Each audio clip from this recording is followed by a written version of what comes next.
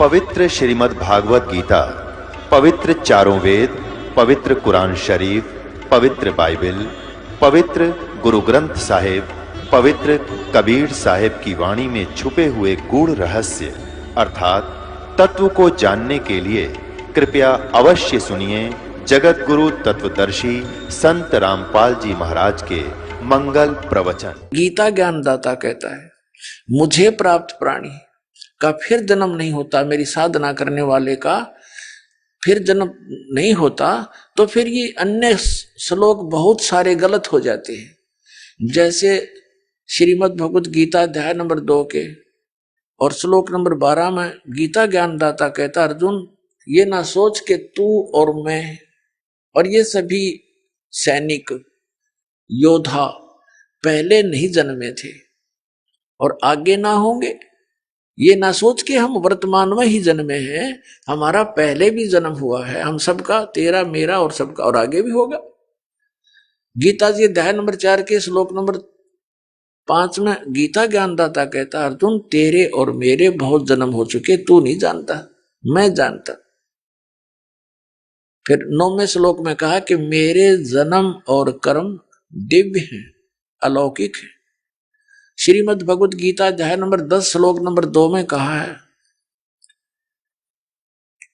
कि अर्जुन मेरी उत्पत्ति को यानी मेरे जन्म को न तो ये ऋषि लोग जानते, न ये सिद्ध जानते, न ये देवता लोग जानते, क्योंकि इनका आदि कारण मैं ही हूं, इनकी उत्पत्ति करने वाला मैं ही हूं। अब यहां विचारणीय विषय है कि संतान अपने पिता की उत्पत्ति को नहीं जानता और पिता अपने पुत्रों की, अपने संतान की डेट ऑफ बर्थ भी बता देता है, जन्म तिथि भी बता देता है।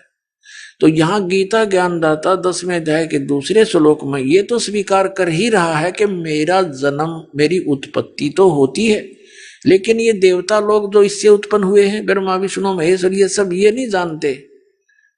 तो इसको कौन जानता है? इस ज्योत निरंजन यानी ब्रह्म का पिता, परम अक्षर ब्रह्म, सत्य पुरुष कबीर साहब, कबीर देव, वो जानता है, जो ब्रह्मा विष्णु महेश का भी दादा है। इस ज्योत निरंजन ब्रह्म जो ब्रह्मा विष्णु महेश का पिता है, इसका भी पिता है। तो वो जानता है, उसने आकर के स्वयं बताया है इसकी जन्म और मृत्यु को। तो इस प्रकार पुण्यात्मा इन सदग्रंथों को घोटने मात्र से और मोक्ष नहीं है। इन सदग्रंथों में जो लिखा है वैसे करने से मोक्ष होता है। तो उस परमात्मा ने आकर के क्या बताया हमारे को? ऋग्वेद मंडल नंबर 9 पहले बताते हैं आपको कि परमेश्वर ने कहा था अपनी प्यारी आत्मा धर्मदास जी को मिले थे, वो अपने विधान अनुसार जैसी लीला वो किया ही करते हैं। उनको बताया था कि ये चारों वेद मेरी ही महिमा का गुणगान करते हैं। वेद मेरा भेद है, मैं ना मिलूं वेदन के माही, और जौन वेद से मैं मिलूं ये वेद जानते नहीं। ये 4 वेद, ऋग्वेद, यजुर्वेद, सामवेद और अथर्ववेद, इन चारों वेदों में परमात्मा ने बताया कि मेरा ही गुणगान है। लेकिन इन चारों वेदों में वर्णित विधि से मेरी प्राप्ति नहीं हो सकती, क्योंकि इन चारों वेदों में महिमा तो पूर्ण परमात्मा की अत्यधिक है और केवल वे ऑफ वर्शिप, साधना, पूजा की विधि, पूजा का मार्ग, वो केवल ब्रह्म तक का है। तो इसलिए उस पूर्ण परमात्मा की प्राप्ति के लिए हमें सूक्ष्म वेद की आवश्यकता पड़ेगी। वो सूक्ष्म वेद इस काल भगवान ने इस डर से नष्ट कर दिया था कि कहीं यहाँ के प्राणियों को इनके अपने पिता, अपने निज ठिकाना सतलोक का पता ना लग जाए, जहां बहुत सुख है, तो ये भाग ना जावे यहां से सत साधना करके। इसलिए इसने वो सूक्ष्म वेद को नष्ट कर दिया और वेदों, गीता और पुराणों का नाम लेकर के अपने द्वारा भेजे हुए इन काल के दूतों से अज्ञान फैलवा दिया, सदग्रंथों के विरुद्ध विपरीत ज्ञान हमारे को सुनवा दिया, और जिस आधार से हम अपने परमात्मा को ना पहचान कर इन नासवान भगवानों को अविनाशी जानकर आश्रित हो गए। तो उसकी पूर्ति करने के लिए सूक्ष्म वेद जो काल भगवान ने ब्रह्म ने नष्ट कर दिया था, उसकी पूर्ति करने के लिए स्वयं परमात्मा आते हैं और उस सूक्ष्म वेद को अपने मुख से उच्चारण करके बोल के एक ऋषि रूप में, संत रूप में यहाँ पृथ्वी पर विचरते रहते हैं, घूमते रहते हैं और वो ज्ञान प्रचार करते हैं। तो यहां बताया है कि वेद मेरा भेद है, मैं मिलूं वेदन मैं नाही, और जौन वेद से मैं मिलूं ये वेद जानते नहीं। अब वो कौन सा वेद है, वो कौन सा ज्ञान है? ये सूक्ष्म वेद है। इस सूक्ष्म वेद की जानकारी वेदों में नहीं है। अब परमात्मा ने आकर के क्या बताया कि ये ब्रह्मा विष्णु महेश की क्या सचिथि है, और ब्रह्म इस ज्योति निरंजन का जन्म कैसे हुआ, इसकी उत्पत्ति कैसे हुई, ये अपने जन्म और कर्म को अलौकिक कैसे बताता है, ये ज्ञान सूक्ष्म वेद के अंदर है। अब प्रसंग चल रहा है, हम उसी पर लौटते हैं कि गीता के अंदर जो वर्णित विधि है उसको न अपनाकर ये अज्ञानी मंडलेश्वर और ये आचार्य ऋषि गुरु ब्राह्मण पंडित कोई जाति विशेष के लिए नहीं है। यहाँ पर ये प्रसंग जो चल रहा है ये किसी ब्राह्मण विशेष जाति विशेष से नहीं है। जैसे अध्यात्म मार्ग के अंदर ब्राह्मण किसे कहते हैं? ब्राह्मण सोए जो ब्रह्म पछाणे और पंडित सोए जो पिंड की जाने। अन्य ब्राह्मण नहीं है। जिसने ब्रह्म पहचाना, परमात्मा को जान लिया, वो ब्राह्मण है। मेरे गुरुदेव जी थे, वो ब्राह्मण जाति से थे। गांव बड़ा पैंतावास, डिस्ट्रिक्ट भिवानी, दादरी के पास, हरियाणा के अंदर, वहां उनका जन्म था। ब्राह्मण वर्ग में एक ब्राह्मण वर्ण है, जैसे ये 4 वर्ण बनाए हुए हैं, क्षत्रिय, ब्राह्मण, वैश्य और शूद्र। तो ब्राह्मण वर्ण के अंदर आवश्यक नहीं है कि सभी ब्राह्मण हो। अक्षत्रिय वर्ग में ये भी कंपलसरी नहीं कि सभी अक्षत्रिय हो। वैश्य वर्ण में सभी वैश्य नहीं होते, वो अन्य भी कार्य साथ साथ पैरेलल करते रहते हैं। तो ब्राह्मण का यहाँ जो वर्ण ब्राह्मण है ये अलग है। जैसे इनके पूर्वज जो थे ब्राह्मणों के, वो ऋषि महर्षि हुआ करते थे। वो केवल क्या काम करते थे? स्वयं विद्या ग्रहण करते थे, सदग्रंथों को पढ़ते थे, अन्य को सुनाया करते थे। गांव गांव नगर नगर में जा करके सत्संग करके उनको भगवान की भक्ति के बारे में मार्ग बताते थे। तो इसलिए उनको ब्राह्मण कहा जाता था। ये जानकर के ब्रह्म को जानने वाले हैं, परमात्मा के विषय में जानकार हैं, क्योंकि ये संस्कृत बोलते हैं, संस्कृत जानते हैं, पढ़े हैं, और सदग्रंथ भी संस्कृत भाषा में लिपिबद्ध। मेरे गुरुदेव जो थे वो ब्राह्मण वर्ण में जन्मे थे, लेकिन वो अपने आप को ब्राह्मण नहीं कहते थे, वो संत कहते थे। और मेरे दादा गुरुजी यानी गुरुजी के गुरुजी वो जाट थे, गांव छावला दिल्ली के। वो जाट होते हुए पंडित कहलाए। उन्होंने 15-16 वर्ष की आयु में घर त्याग दिया था। एक साधु संत उनको मिल गए थे। वो बड़े प्रचंड माइंड के थे, यानी गरीबदासी संत थे वो, जिनको ये मिले थे मेरे दादा गुरुजी। तो उन्होंने देखा कि लड़का बहुत होनहार नजर आता है। तो उस हमारे जो गरीबदासी संत थे, यानी मेरे गुरुजी के, हमारे चौथे दादाजी, दादाजी के दादाजी समझो, परदादा गुरुजी, उसने ये विचार किया कि इस लड़के को क्यों ना काशी विद्यापीठ में पढ़ाऊं और ये सदग्रंथों को जानकर समझकर अच्छी तरह ज्ञान दे, इस उद्देश्य से काशी विद्यापीठ में उनका प्रवेश दिला दिया और वो इतने तीव्रता से पढ़े, 4 विषय के आचार्य बन गए।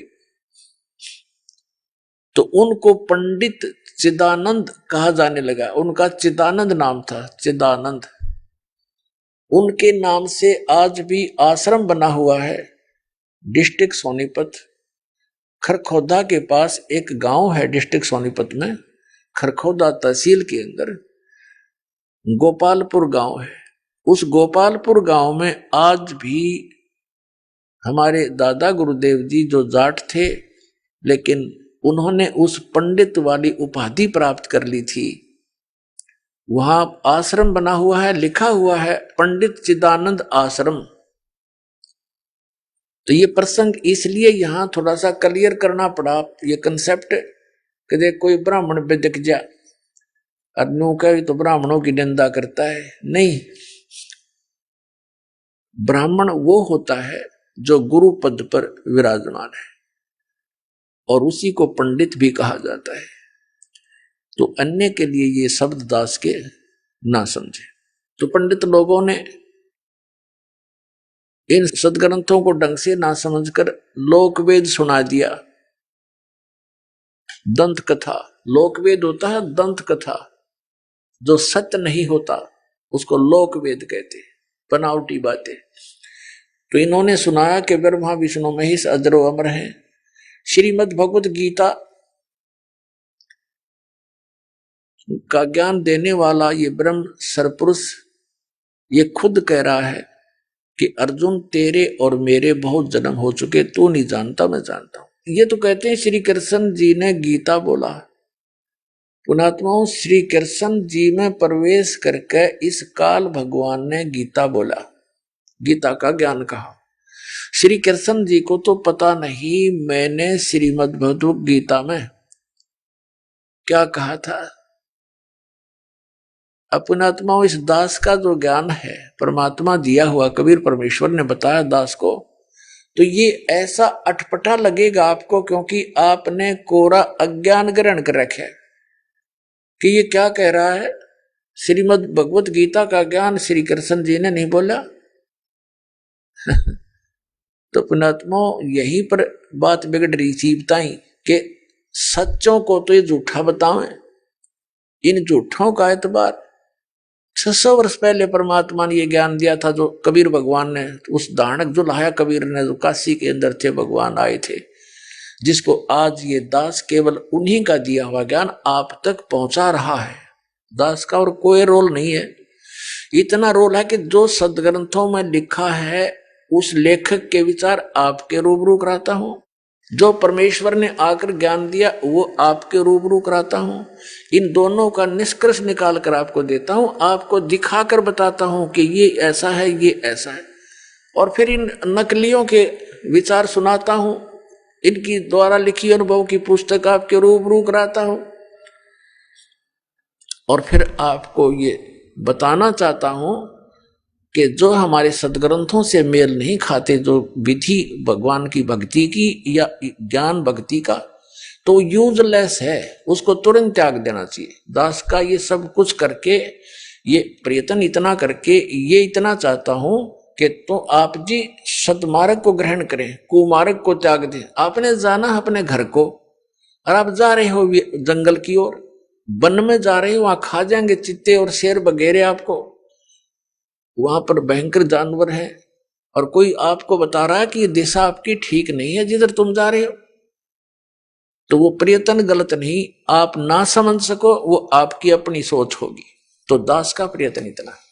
अब प्रसंग चल रहा है कि गीता ज्ञान ये श्री कृष्ण मान रहे हैं कि श्री कृष्ण जी ने दिया। ले थोड़ा सा कंसेप्ट क्लियर करते हैं, आपको दिखाते हैं वो विवरण जिससे स्पष्ट हो जाएगा कि श्री कृष्ण जी ने गीता का ज्ञान नहीं बोला, और समझदार को संकेत ही काफी होता है। इंटेलिजेंट जो स्टूडेंट होते हैं वो टीचर के कोड वर्डों को भी पहचानना शुरू कर देते हैं। अब देखिएगा, संक्षिप्त महाभारत द्वितीय खंड गीता प्रेस गोरखपुर से प्रकाशित है। इसके संपादक तथा संशोधक ये हैं जय दयाल गोविंद का, जो श्रीमद् भगवत गीता जी के भी अनुवादक हैं और गीता प्रेस गोरखपुर से प्रकाशित है। प्रकाशक एवं मुद्रक गीता प्रेस गोरखपुर, गोविंद भवन कार्यालय कोलकाता का संस्थान। ठीक, अब इस पे दिखाते हैं आपको कि श्री कृष्ण जी को तो पता ही नहीं गीता जी में उसने बोला क्या था। ये द्वितीय खंड है, इसका द्वितीय खंड, ये द्वितीय खंड है महाभारत का, संस्कृत महाभारत का, और इसके 667 पृष्ठ पे हम आपको दिखाएंगे। जन्मेजय ने पूछा, शत्रुओं का नाश हो जाने के बाद जब महात्मा श्री कृष्ण और अर्जुन सभा में बैठकर वार्तालाप कर रहे थे, उस समय उनमें क्या क्या बातचीत हुई। वैशंपायन जी ने कहा, कृष्ण सहित अर्जुन जब अपने राज्य पर पूरा अधिकार प्राप्त कर लिया तो अर्जुन ने जब अपने राज्य पर पूरा अधिकार प्राप्त कर लिया तो वे दिव्य सभा भवन में आनंद के साथ रहने लगे। एक दिन सब जनों से घिरे हुए दोनों मित्र स्वेच्छा से घूमते हुए सभा मंडप के ऐसे भाग में पहुंचे जो स्वर्ग के समान सुंदर था। पांडुनंदन अर्जुन श्री कृष्ण के साथ रहकर बहुत प्रसन्न थे। उन्होंने एक बार उस रमणीय सभा की ओर दृष्टि डालकर भगवान से यह वचन कहा, देवकी नंदन, जब युद्ध का अवसर उपस्थित था उस समय मुझे आपके माध्यम का ज्ञान और ईश्वरीय स्वरूप का दर्शन हुआ था, किंतु केशव आपने स्नेहवश पहले मुझे जो ज्ञान का उपदेश किया था वह सब इस समय बुद्धि के दोष से भूल गया है। उन विषयों को सुनने के लिए बारंबार मेरे मन में उत्कंठा होती है। इधर आप जल्दी ही द्वारका जाने वाले हैं, अतः पुनः वह सब विषय मुझे सुना दीजिए। यानी जो गीता जी का ज्ञान आपने युद्ध के समय सुनाया था वो फिर सुना दे, मैं भूल गया, अर्जुन कह रहा है। अब वैशंपायन जी कहते हैं, अर्जुन के ऐसे कहने पर वक्ताओं में श्रेष्ठ महातेजस्वी भगवान श्री कृष्ण ने उन्हें गले से लगाकर इस प्रकार उत्तर दिया। अब श्री कृष्ण बोले, अर्जुन, उस समय मैंने तुम्हें अत्यंत गोपनीय विषय का श्रवण कराया था। अपने स्वरूप भूत धर्म सनातन पुरुषोत्तम तत्व का परिचय दिया था और नित्य लोकों का भी वर्णन किया था, किंतु तुमने जो अपनी नासमझी के कारण उस उपदेश को याद नहीं रखा, यह जानकर मुझे बड़ा खेद हुआ है। उन बातों को अब पूरा पूरा स्मरण होना संभव नहीं जान पड़ता। पांडुनंदन, निश्चय ही तुम बड़े श्रद्धाहीन हो, तुम्हारी बुद्धि अच्छी नहीं जान पड़ती। अब मेरे लिए उस उपदेश को ज्यों का त्यों दोहरा देना कठिन है, क्योंकि उस समय योग युक्त होकर मैंने परमात्म तत्व का वर्णन किया था। अपन आत्माओं विचार करो, इसमें श्री कृष्ण जी का कितना रोल है गीता के ज्ञान में, ये तो स्पष्ट हो गया है। जैसे कोई प्रेत किसी दूसरे के शरीर में प्रवेश करके बोलता है, आप यहां देखते हो, हमने तो बहुत अच्छा एक्सपीरियंस है इसका। वो प्रेत पता नहीं क्या क्या कहता है, मैं तुम्हारा ये लगता हूं, मैं इसको ऐसे कर दूंगा, इसको मार डालूंगा, तुम मेरा ऐसे कर दो वैसे कर दो। फिर जब वो निकल जाता है तो जिस आत्मा में वो, जिस शरीर में वो प्रवेश था, जिसके नाम वो शरीर है, उस आत्मा के नाम, तो वो जब अपने होश में आता है फिर उसको अन्य ही बताते हैं कि आप नो बोल रहे थे, ऐसे बोल रहे थे, ऐसे कह रहे थे। उसको कुछ याद नहीं होता मैंने क्या बोला था, क्योंकि वो बोल खुद नहीं रहा था, कोई प्रेत आत्मा बोल रही थी उसके अंदर। तो ऐसे ही श्री कृष्ण जी में प्रवेश करके यू काल बोल रहा था। अब देखो, ये दास सत्संग कर रहा है इस विषय पर, और आप सुन रहे हो। जो प्रथम बार कोई श्रोता इस ज्ञान को सुनेगा वो मुश्किल से 20% याद रख सकता है। और मुझसे कभी सुन लेना, क्योंकि मैं अपने होश हवास में बोल रहा हूं। और यदि कुछ दिन के बाद आप कहो कि आप उसी विषय को सुनाइए जो आपने उस दिन सुनाया था, और मैं आपसे कहूं तुम बड़े श्रद्धाहीन हो, तुम्हारी बुद्धि अच्छी नहीं है, तुमने याद क्यों नहीं रखा, और मैं कहूं कि मुझे तो वो स्मरण होना संभव नहीं है पूरा पूरा, ये क्या मतलब हुआ? श्रोता सारा याद रख सकता है और वक्ता को याद नहीं।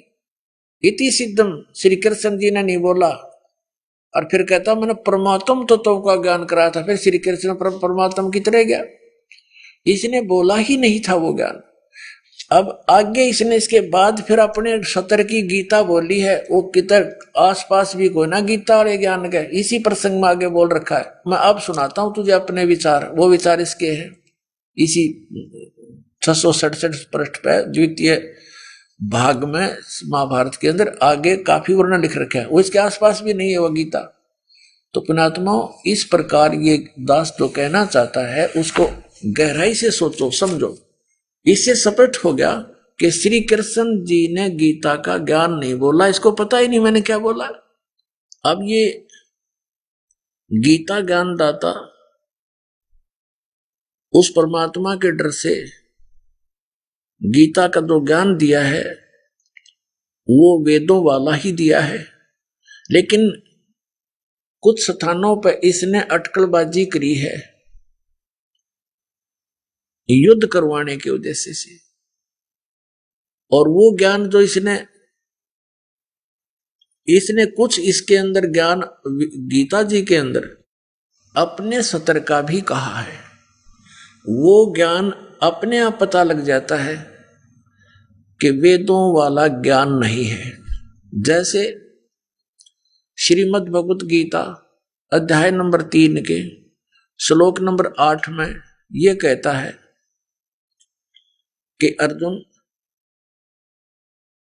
यदि तू समाधि लाकर बैठ गया, कर्म सन्यासी होना, काम छोड़ के एक स्थान पर बैठ के और भक्ति करने लग जा, यदि तू कर्म सन्यासी हो गया तो तेरा निर्वाह कैसे चलेगा, तू तेरा पेट कैसे भरेगा, काम नहीं करेगा तो। और फिर गीता जी अध्याय नंबर 8 के श्लोक नंबर 7 में ये अपने सतर की भक्ति बताते हुए कह रहा है कि तू मेरा स्मरण भी कर हर समय में और युद्ध भी कर, यानी युद्ध से कठिन कोई काम नहीं होता, उसमें भगवान का स्मरण करना अनिवार्य है, यानी काम करते करते भी स्मरण करो। ये तो है विधि वेदों की।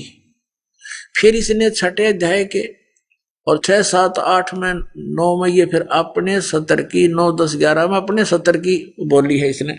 ये इसका अपना मत है, ये स्थान स्थान पर कहता है कि ये मेरा मत है। इसके मत को छोड़कर बाकी जो ज्ञान है वो वेदों वाला है। और वेद का ज्ञान इस काल को ब्रह्म को परमात्मा पूर्ण ब्रह्म ने दिया था, 500 वेद जो इसके अंतःकरण में फीड कर दिए बीज रूप में, और समय आने पर वो बाहर आए, जैसे गर्भ रहता है माता को और समय आने पर फिर वो अपने आप बाहर आ जाता, उसके बस की बात नहीं। ऐसे इस काल के अंदर परमात्मा ने 500 वेद बीज रूप में फीड कर दिए थे।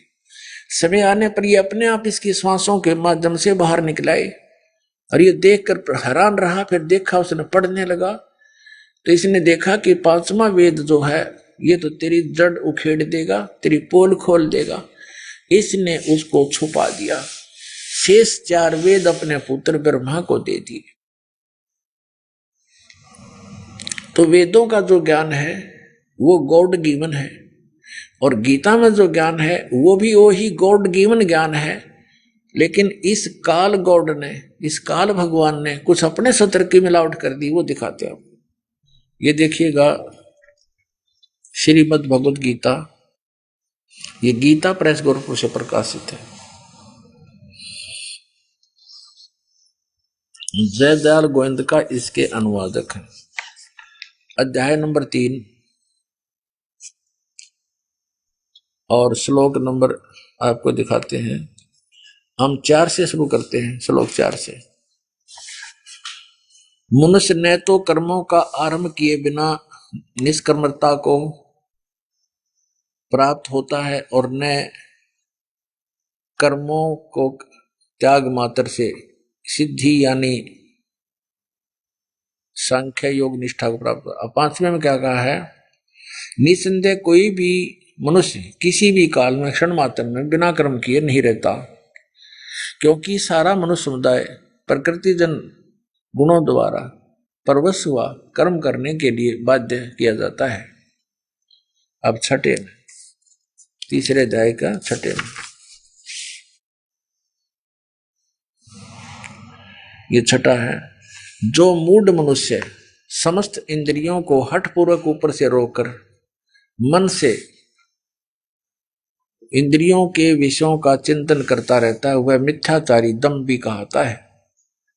तथा ये 7वां, किंतु हे अर्जुन, जो पुरुष मन से इंद्रियों को वश में करके तो अनासक्त हुआ समस्त इंद्रियों द्वारा कर्म योग का आचरण करता है, यानी काम करते करते भक्ति करता है, वही श्रेष्ठ है। इसका अर्थ ये। फिर 8वें में क्या कहा है, यहां इसका अनुवाद है, तू शास्त्र विहित कर्तव्य कर्म कर, शास्त्रों में वर्णित जो कर्म है भक्ति के वह कर, क्योंकि कर्म न करने की अपेक्षा कर्म करना श्रेष्ठ है। कर्म न करने से तो शरीर निर्वाह भी नहीं सिद्ध होगा। अब इससे सिद्ध हो गया कि यदि तू एक स्थान पर बैठा रहेगा तो तेरा निर्वाह कैसे होगा, इसलिए तू शास्त्र अनुकूल जो साधनाएं वो कर। फिर इसने छठे अध्याय के अंदर अपना मत बताया है जो इसके विपरीत है। ये देखिएगा अध्याय नंबर 6 श्रीमद् भगवद गीता श्लोक नंबर 10 में, मन और इंद्रियों सहित शरीर को वश में रखने वाला आशा रहित संग्रह रहित योगी अकेला ही एक स्थान पर स्थिर होकर देख लिया, इसके विपरीत कर दिया ना, अकेला ही एक स्थान पर स्थिर होकर आत्मा को निरंतर परमात्मा में लावे। शुद्ध भूमि में जिसके ऊपर कर्मश है, यानी ऐसी व्यवस्था करे कुशा मृगशाला और वस्त्र बिछे हों, पहले डाब घास, ऊपर फिर मृग की छाल हिरण की खाल, उसके ऊपर फिर वस्त्र बिछावे। यूं कह रहे हैं, न ऊंचा हो वो आसन, न बहुत ऊंचा हो और न नीचा हो बहुत नीचा हो, ऐसे अपने आत्मा को स्थिर स्थापन करे। उस आसन पर बैठकर चित्त और इंद्रियों की क्रियाओं को वश में रखते हुए मन को एकाग्र करके अंतःकरण की शुद्धि के लिए योग अभ्यास करे। बोलो। फिर आगे लिखा है छठे अध्याय का ही, हमने 12वां पढ़ लिया, अब हम 13वां पढ़े कि काया सिर और गले को समान अचल धारण करके और स्थिर होकर अपनी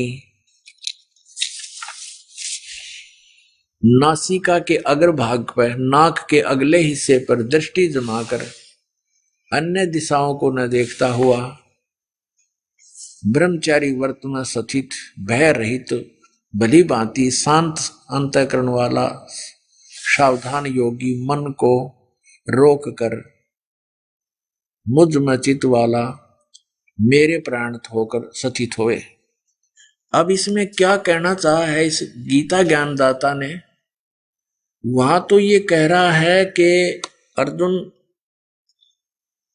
यदि कोई हठ पूर्वक इंद्रियों को रोकना चाहता है और हठ करके बैठ जाता है, वो बैठा तो दिखाई देता है जैसे बड़ा निश्चल है, लेकिन अंदर से इंद्रियों के ही स्मरण में लगा रहता है। और यदि तू एक स्थान पर बैठ गया, काम करया नहीं, तो तेरा निर्वाह कैसे होगा। कहने का भाव ये है, उसने कहा कि तू काम भी कर और भक्ति भी कर। जैसे गीता जी अध्याय नंबर 8 के श्लोक नंबर 7 में स्पष्ट किया है कि तू युद्ध भी कर, मेरा स्मरण भी कर। तो वहां क्यों नहीं कहा कि आसन ला ले, एक जगह बैठ जा, ऊंचा नीचा कर ले, आसन नाक के आगे देखे जा, इतने को ठोक दे तीर। तो ये सब इसकी अपनी लोकवेद है, दंत कथा है, इसकी मिसगाइड करने के लिए कि ये भक्ति से दूर हो जाए, भक्ति कर ना सके। और फिर पहले तो आसन में डाब लाओ, फिर मर्ग की खाल लाओ हिरण की, फिर उस पर वस्त्र बिछाओ और फिर नाक के आगे ध्यान लगाओ। और इसका सारा टोटल रिजल्ट क्या है? इसका परिणाम ये बता है कि अंतःकरण की शुद्धि के लिए और मन न रोक ले। फिर आगे से पूछा कि हे प्रभु, हे भगवान, मन को रोकना तो बड़ा कठिन है। तो फिर आप पे कहता हाँ भाई ऐसा है, मन को रोकना तो वायु को रोकने के तुल्य है। फिर यहाँ कैसे कह रहा है कि तू मन न रोक कर भक्ति कर ले? जब मन न रुक गया तो फिर रोड़ा के फिर तो पारे हो गया आदमी। इस मन को रोकने के लिए ही ये क्रियाएं और ये ज्ञान बताया जाता है जो सूक्ष्म वेद में भगवान ने बताया। इससे दूर कर दिया इसने मानव को। 8वें अध्याय के और 7वें श्लोक में ये खुद कह रहा है कि तू मेरा सिमरन भी कर और युद्ध भी कर। ये देखिएगा अध्याय नंबर 8 और यहाँ ये 7 मंत्र है, ये रहा ये 7। इसमें कहा कि इसलिए हे अर्जुन, तू सब समय में मेरा स्मरण कर और युद्ध भी कर। मुझ में अर्पण किए हुए मन बुद्धि युक्त से होकर तू निसंदेह मुझको ही प्राप्त होगा। ये है वेद ज्ञान। वेद ज्ञान क्यों है? क्योंकि वेद में भी लिखा है। यजुर्वेद अध्याय नंबर 40 के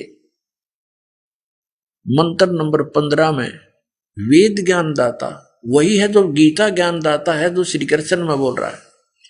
तो वेद ज्ञान दाता क्यों कहा गया? क्योंकि इसको ज्ञान ग्रहण हुआ अंतःकरण में और इसके अंतःकरण में ये फीड है और एक बाहर भी कॉपी आ गई, जैसे कंप्यूटर के अंदर होती है, अंदर भी रहती है सेव और बाहर भी कॉपी उसका डाउनलोड कर ली जाती है।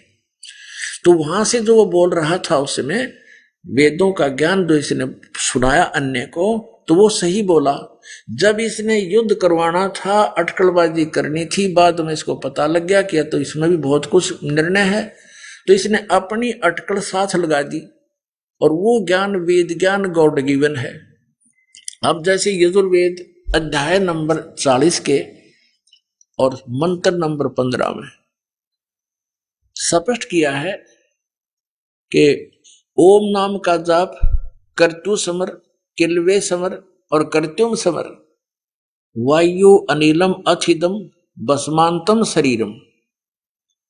ओम कर्तु समर, किलवे समर और कर्त्युम समर। क्या बताया है कि ओम नाम के जाप को काम करते करते सेवन कर, विशेष कसक के साथ सुमन कर और मनुष्य जीवन का मूल कर्तव्य जानकर ओम नाम का स्मरण कर।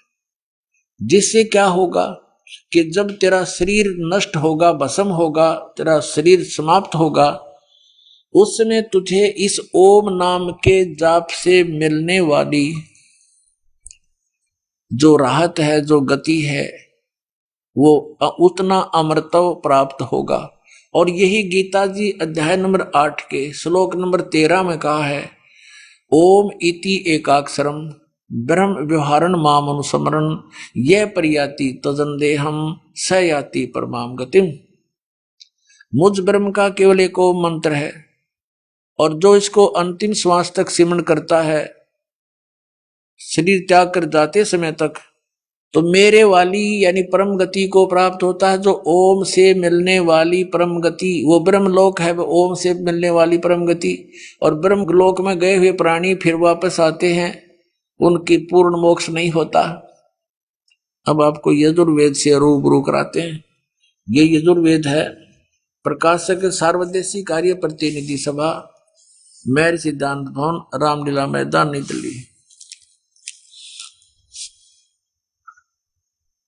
इसके अनुवादक महर्षि दयानंद, आर्य समाज प्रवर्तक, मुद्रक हैं Prince offset printers, 1510 Pataudi house, Daryaganj, नई दिल्ली से। ये 40वां अध्याय है, चतुवारी अध्याय 40वां अध्याय। और इसका ये जो मंत्र है 15वां मंत्र है, इसमें क्या लिखा कि वायु अनिलम अमृतम अथिदम भस्मांतम शरीरम ओम करतो समर किलबे समर और करतुम समर। ओम नाम का जाप काम करते करते सिमरण करो। करतो माने काम करते करते, किलबे माने विशेष करबलाहट के साथ, कसक के साथ, और कर्तुम माने कर्तव्य समझकर, अपना मनुष्य जीवन का कर्तव्य समझकर सिमरण कर। इस अनुवादकर्ता ने, क्योंकि ये तो पूर्ण रूप से अज्ञानी था, महर्षि दयानंद नाम का महर्षि था, इसने कख नहीं पता वेदों का। ये भी ब्राह्मण था, संस्कृत बचपन से पढ़ा करता था, संस्कृत से ही भाषण करता था, बोलता था, जिस कारण से ये विद्वान प्रसिद्ध हो गया, महर्षि प्रसिद्ध हो गया। इसने कख नहीं पता था। अब यहाँ यदि इसको पता होता तो ये अनुवाद ऐसा नहीं करता। हे कर्म करने वाले जीव, करतो माने काम करने वाले, ओम करतो समर कलबे समर करतुम समर। ओम नाम का जाप, इस ओम का जाप काम करते, करतो माने काम करते करते सिमरण कर, कलबे माने विशेष कसक के साथ सिमरण कर इस ओम को, और करतुम मनुष्य जीवन का कर्तव्य जानकर सिमरण कर। और इस अज्ञानी ने कैसे अनुवाद किया है देखिएगा। हे करतो माने हे काम करने वाले जीव, तू शरीर छूटते समय ओम इस नाम वाच्य ईश्वर का स्मरण कर। हाँ, कल देखो इसकी ओम नहीं लिखा, ओम का अर्थ सीधा लिखना था, इस ओम को स्मरण कर ना, इसने अर्थ कर दिया नाम वाच्य ईश्वर। अब इसने अपने विधान बताया था कि नाम जाप करने कोई लाभ नहीं होता। ये अज्ञानी का विधान था इस दयानंद का। अपने आत्माओं, अब साथ साथ इन अज्ञानियों के अनुभव की पुस्तकें भी आपको दिखाई जाएंगी, तभी आप महसूस करोगे सचमुच रामपाल साची कह रहा है। नातिन, ये तो आपके हृदय में समाये बैठे हैं, ये कति कि तुम बड़े विद्वान थे। ये देखिएगा सत्यार्थ प्रकाश, जिसके विषय में क्या लिखा है। ये सत्यार्थ प्रकाश, ये महर्षि दयानंद सरस्वती आर्य समाज प्रवर्तक, ये इनके जीवन काल के विषय में लिखा है कि सन 1824 से लेकर सन 1883 तक 59 ईयर ये जीवित रहा। इस सत्यार्थ प्रकाश के विषय में क्या लिखा है कि वेद आदि विविध सद शास्त्र प्रमाणे समन्त, यानी वेद आदि विविध सद शास्त्रों के प्रमाणों से इसकी रचना की है। किसने? श्रीमत परमहंस परिव्राजक आचार्य। इतनी तो फीत इसका आज्ञा ला रखी है। फिर महर्षि दयानंद गए, महर्षि दयानंद सरस्वती स्वामी विरचित है। इसके विषय में कहा कि वेद आदि सद शास्त्रों के प्रमाणों से इस महर्षि दयानंद द्वारा लिखा गया है। प्रकाशक वैदिक यति मंडल, दयानंद मठ, दीनानगर, पंजाब से। और ये छपी कहाँ से है? मुद्रक है आचार्य प्रिंटिंग प्रेस, दयानंद मठ, गोहाना मार्ग, रोहतक से। अब देखना, इसके 263 पृष्ठ पे 11वां समोल्लास, एकादश समोल्लास है, यानी 11वां समोल्लास 263 पृष्ठ पे यहाँ क्या लिखा है? किसी ने प्रश्न किया इसे, परमेश्वर निराकार है, वह ध्यान में नहीं आ सकता, इसलिए मूर्ति का होना आवश्यक है। भला कुछ भी नहीं करे तो मूर्ति के सामने जाते हैं, तब कुछ परमेश्वर का स्मरण करते और नाम लेते हैं। ये प्रश्नकर्ता कह रहा है कि तो परमात्मा को निराकार बतावा है, तो हम उसकी मूर्ति बना ली, उसने उसकी उस मूर्ति के पास जाते हैं तो कुछ ना कुछ उसका फिर याद आ जाता भगवान। तो महर्षि दयानंद कहता है जब परमेश्वर निराकार है तब उसकी मूर्ति ही नहीं बन सकती। जो मूर्ति के देखने से परमेश्वर का स्मरण होवे तो परमेश्वर की बनाई पृथ्वी जल आदि को देखकर अग्नि क्यों नहीं हो जाए। फिर आगे क्या कहता है? जो मूर्ति को न मान परमेश्वर को व्यापक माने और उसके डर से कि मुझको परमेश्वर देखता है पाप ना करे, स्मरण करने से कुछ नहीं होता। नाम स्मरण करने से कुछ नहीं होता। नाम यानी नाम का जाप करने से कुछ नहीं होता। जैसा कि मिश्री कहने से मुख न मीठा और नीम कहने से कड़वा नहीं होता, किंतु उसको जीभ से चाखने से मीठा व कड़वा होता है। नाम लेने की तुम्हारी रीति उत्तम नहीं है, वह इस प्रकार है। फिर विधि बताओ है, ऐसे स्मरण करो भगवान का नाम लो।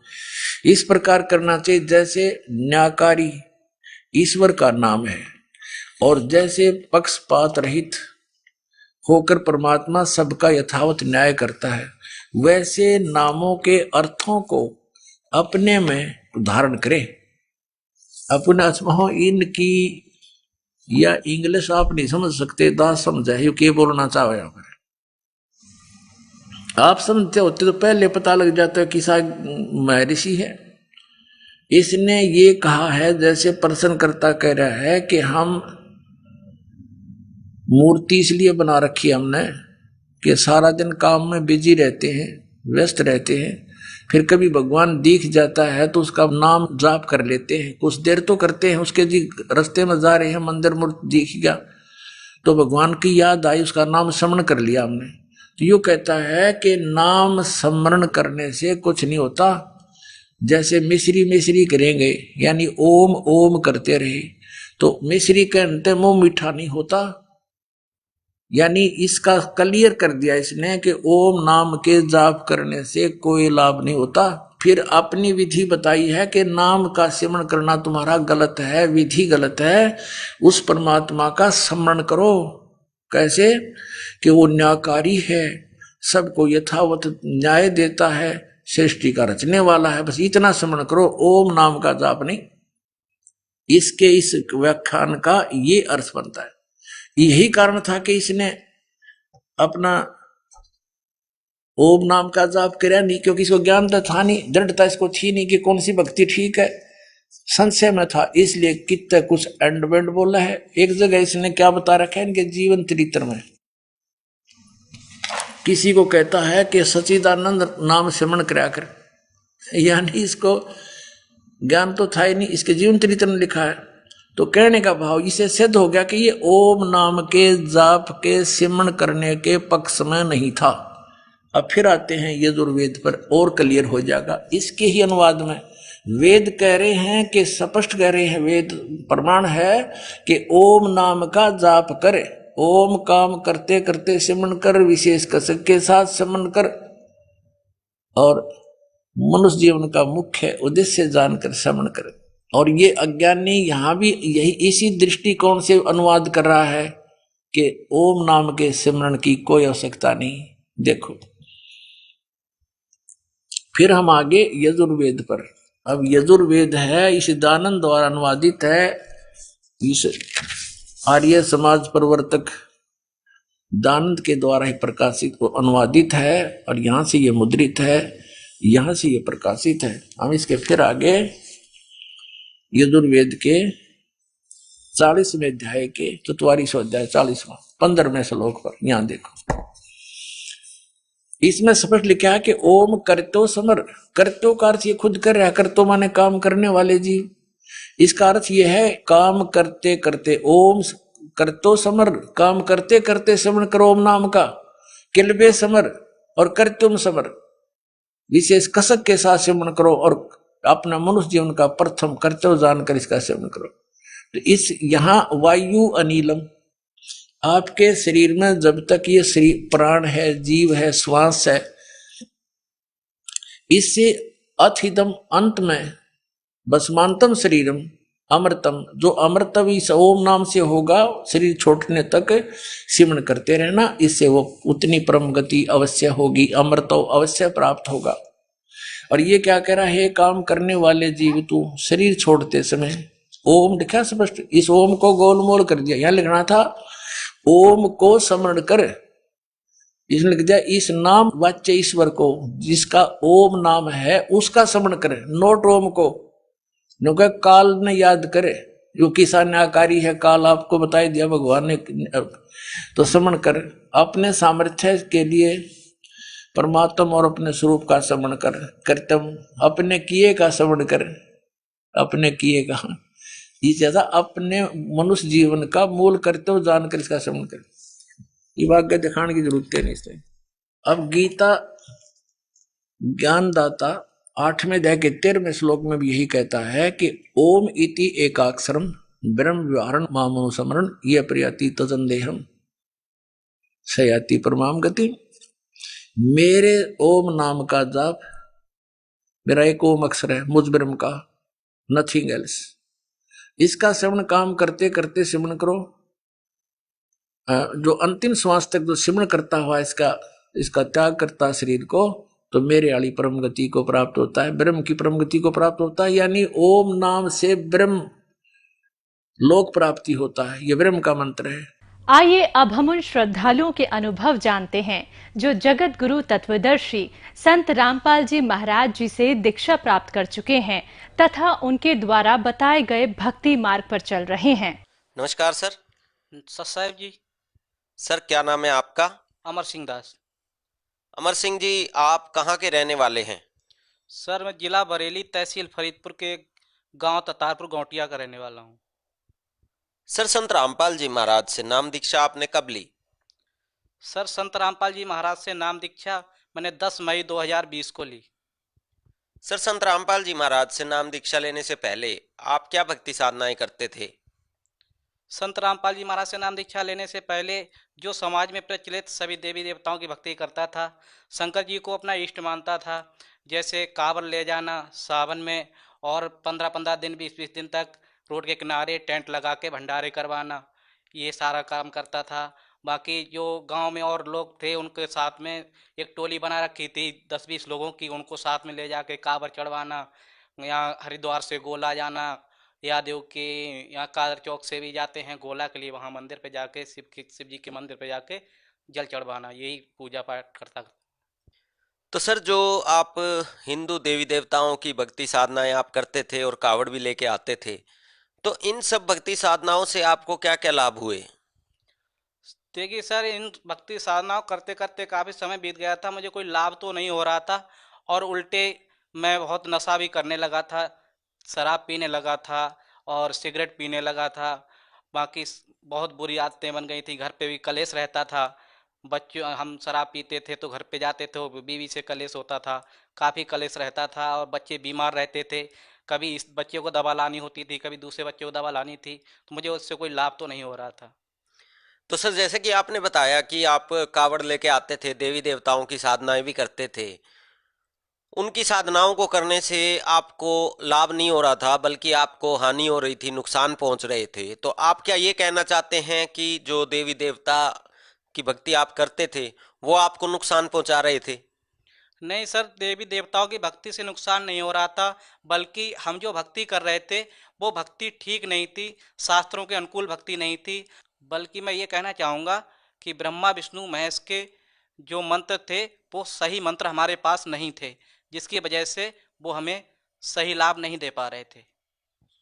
तो सर आपने बताया कि जो देवी देवताओं की ब्रह्मा विष्णु महेश की भक्ति आप कर रहे थे उनके सही मंत्र आपके पास नहीं थे, जिसके कारण आपको नुकसान हो रहा था। तो क्या अब आपके पास वो मंत्र हैं, वो सही मंत्र मिले आपको? जी हाँ, अब हमारे लिए संत रामपाल जी महाराज जी के द्वारा वो मंत्र मिले हैं, जिससे पूरा लाभ मिल रहा है और पूर्ण मोक्ष की गारंटी लेते हैं संत रामपाल जी महाराज। तो सर आपको संत रामपाल जी महाराज की जानकारी कैसे हुई? देखिए सर, ये तो बहुत लंबी बात है कि हमारे एक रिलेटिव थे, हमारे फुफेरे बहनोई, जो आर्मी में कार्यरत थे, आर्मी से रिटायर्ड हुए थे। सन 2016 में वो हमारे घर पर आए थे और हम 4 भाइयों के लिए पुस्तक दे के गए थे। हम 2 भाई पढ़े हुए थे, तो हम दोनों के लिए पुस्तक दे के थे, ज्ञान गंगा और जीने की राह। तो उसके बाद में वो चले गए थे, उन्हें काफ़ी समझाने का प्रयास किया कि आप ये भक्ति करो और आप ये इधर उधर की भक्ति छोड़ दो, इनमें कुछ नहीं रखा है। लेकिन हम उनकी बात को बिल्कुल हमने माना नहीं, क्योंकि हम जो अपनी कर रहे थे पूजा पाठ उसी को हम मान रहे थे यही सही है, ये जो बता रहे हैं गलत है। और वैसे भी बाबाओं पे और गुरुओं पे हमें किसी प्रकार का कोई भरोसा नहीं था, क्योंकि हमें एक तरफ से उनसे बहुत घिनसी होती थी, क्योंकि ये सब संत ऐसे ही हैं, तो हम ये भक्ति करना नहीं चाहते थे। एक बार लॉकडाउन का समय चल रहा था, हम अपनी दुकान पर बैठे हुए थे। 2016 के बाद 2020 बीत गई थी, पुस्तकें हमारे घर पे रखी थी, हमने कभी पुस्तकों को खोल के नहीं देखा।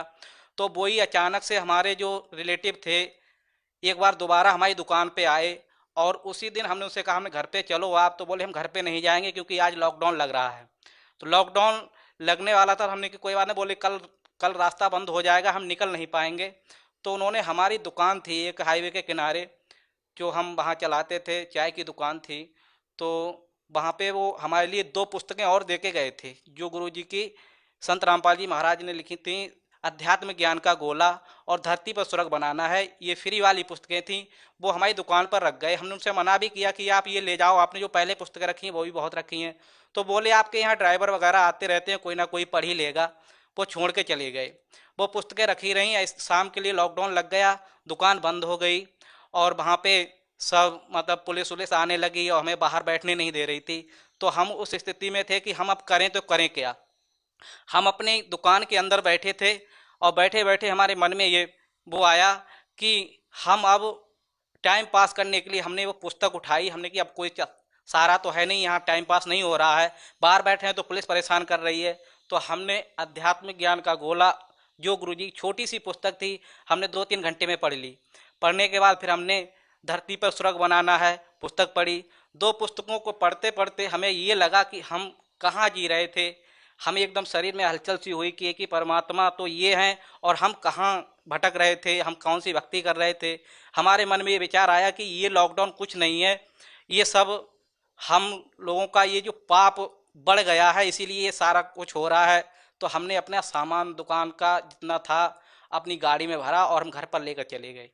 घर पर ले जाने के बाद घर पे बताया घर वालों को, हमने ऐसे ऐसे बात है और हम नाम दीक्षा लेंगे।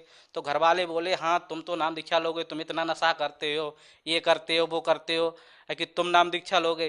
बोले हमने पुस्तक पढ़ी है और ये लॉकडाउन खुलने वाला नहीं है। बोले तुम इतनी जल्दी कैसे सामान भर लाए, कि ये तो 2-3 का ही लगा है।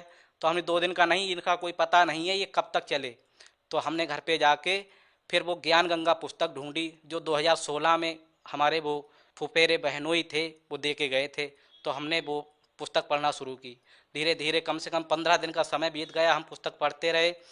ज्ञान गंगा पुस्तक पढ़ने के बाद मेरी हालत ऐसी हो गई, मेरे घर वाले कहने लगे ये तो पागल हो गया है, और ये भी उन्हीं की तरह अब लग रहा है उसी में चला जाएगा संत रामपाल जी महाराज के सत्संग में। तो घर वाले सब हंसी बनाने लगे, और मैंने फिर ज्ञान गंगा का अध्ययन किया। ज्ञान गंगा अध्ययन करने के बाद मैंने एक पुस्तक और जीने की राह, जो हमारे बड़े भाई को दे के गए थे, उनके घर पर जाके देखी। तो उनके घर के ऊपर अलमारी में रद्दी में मिली, मैंने उसे पोंछ के साफ किया। साफ करके मैंने फिर जीने की राह पुस्तक पढ़ी।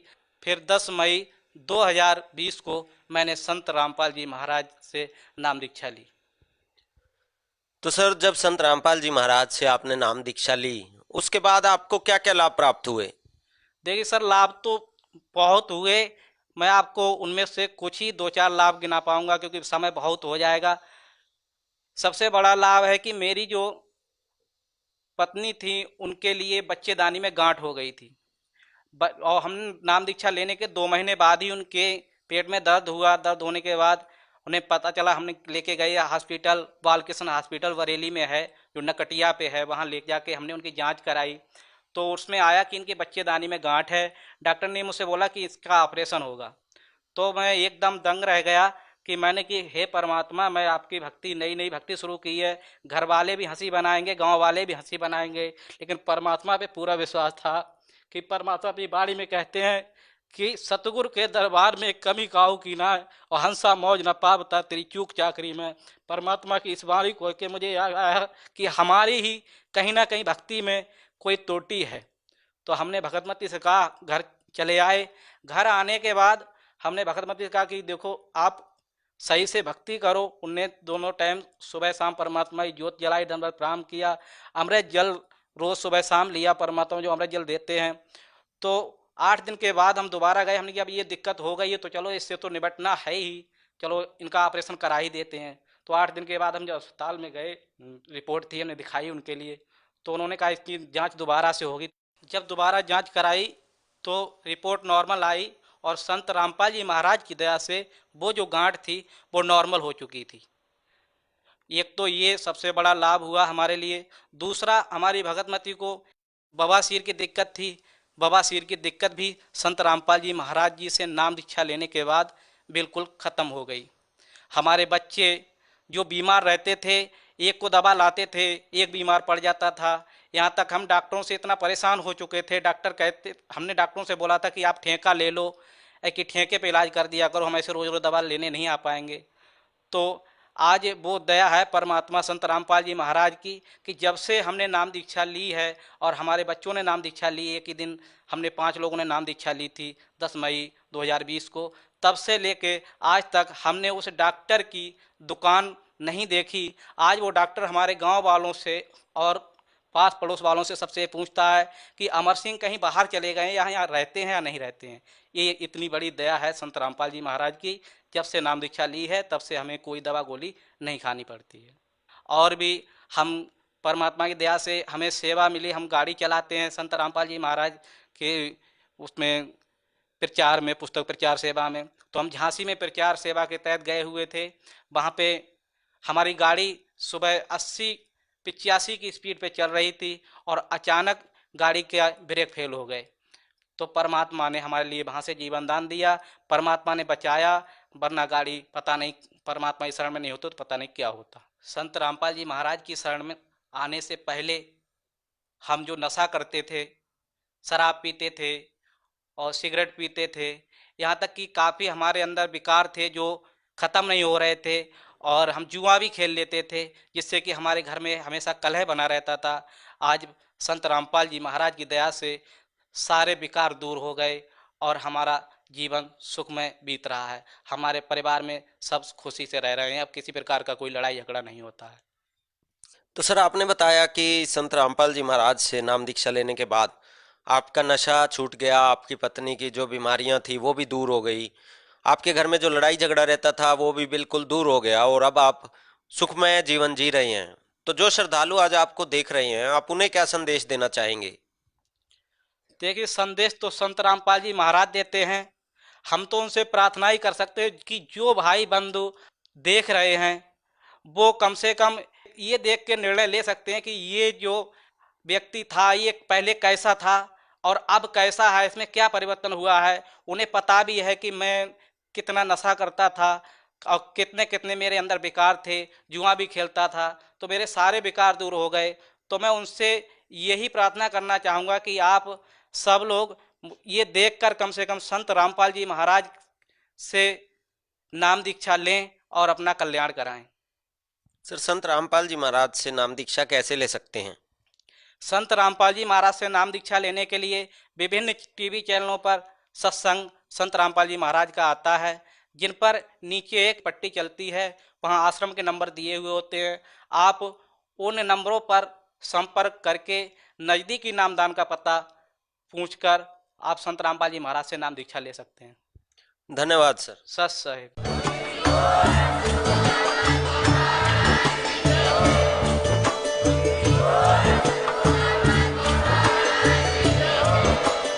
आप सुन रहे थे जगत गुरु तत्वदर्शी संत रामपाल जी महाराज जी के मंगल प्रवचन। अधिक जानकारी के लिए विजिट कीजिए हमारी वेबसाइट www.jagatgururampalji.org। संत रामपाल जी महाराज जी के शुभ आशीर्वाद से पूरे विश्व भर में 500 से भी ज्यादा नाम दीक्षा केंद्र हैं, जिन पर संत रामपाल जी महाराज जी द्वारा ऑनलाइन निशुल्क नाम दीक्षा दी जा रही है। अपने नजदीकी नाम दीक्षा केंद्र का पता करने के लिए संपर्क करें 8222880541।